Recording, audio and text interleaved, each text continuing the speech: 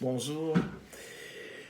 Aujourd'hui, c'est le troisième dimanche du temps ordinaire et ce dimanche a été institué comme dimanche de la parole de Dieu par le pape François en 2019.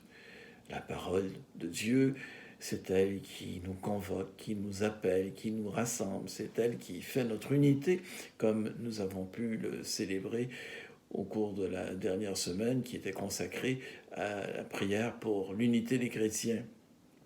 Mais est-ce que la parole est vraiment au centre de nos vies? Quelle place occupe-t-elle? Est-ce que nous en connaissons bien la force, la fécondité?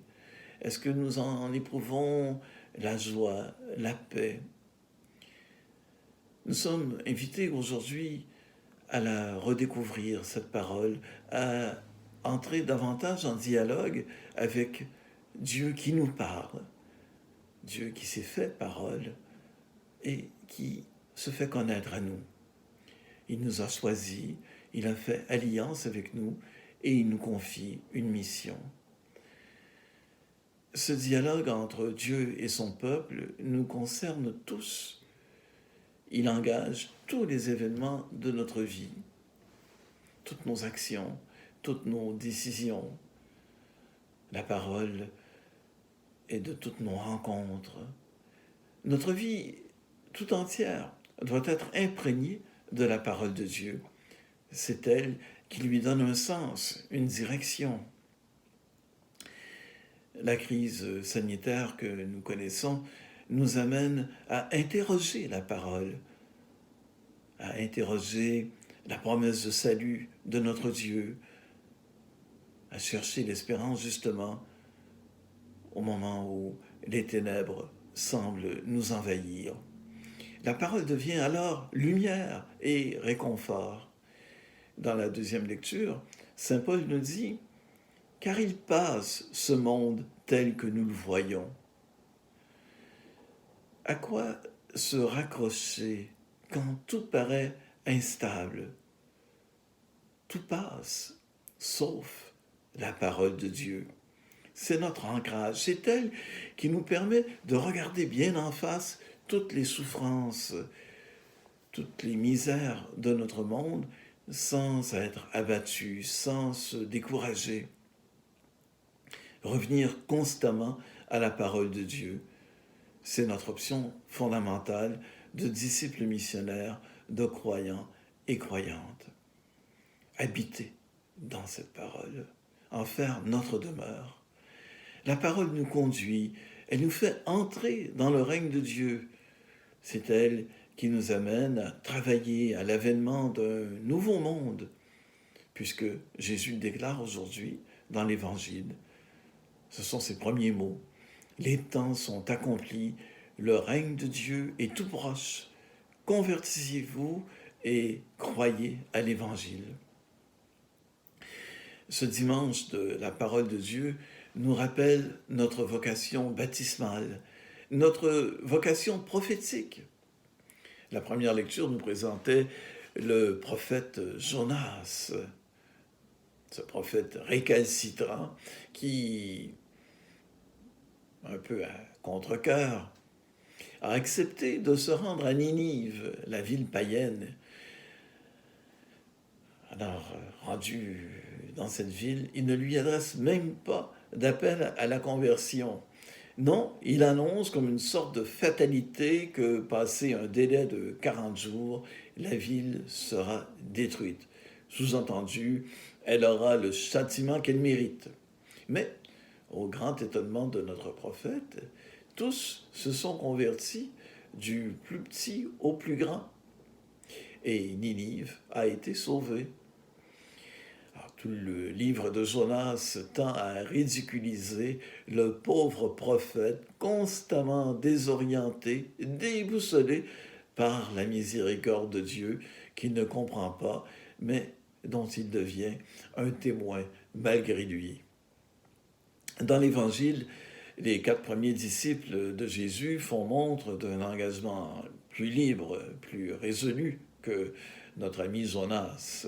Il n'est pas certain qu'il comprenne pourtant jusqu'où va la miséricorde de Dieu, mais ils acceptent de se mettre à la suite de Jésus, de devenir disciples et d'apprendre à ses côtés tout l'amour de Dieu, particulièrement pour les pauvres, les pécheurs.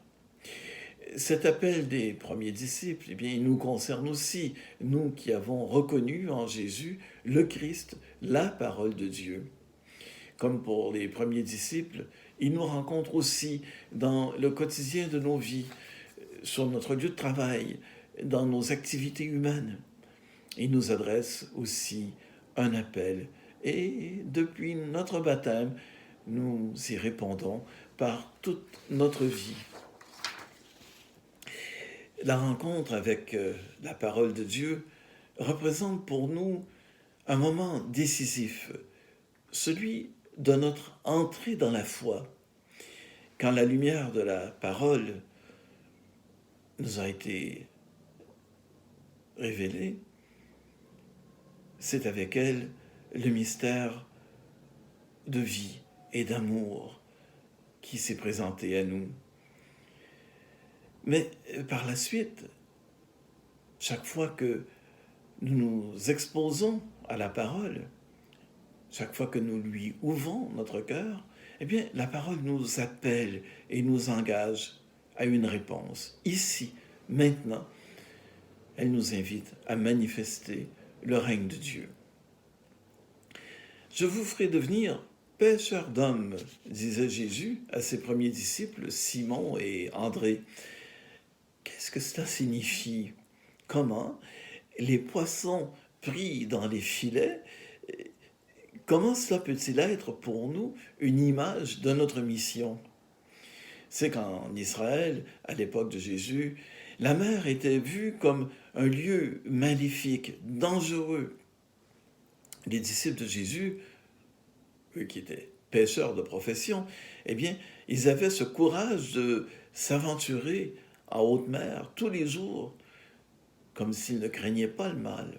Et c'est peut-être pour cela que Jésus a choisi autant de pêcheurs pour les associer à sa mission de combattre le mal et le péché. Retirer une personne, pêcheur d'hommes, retirer une personne de la mer, eh bien, c'est la libérer, la délivrer des filets du péché et de la mort.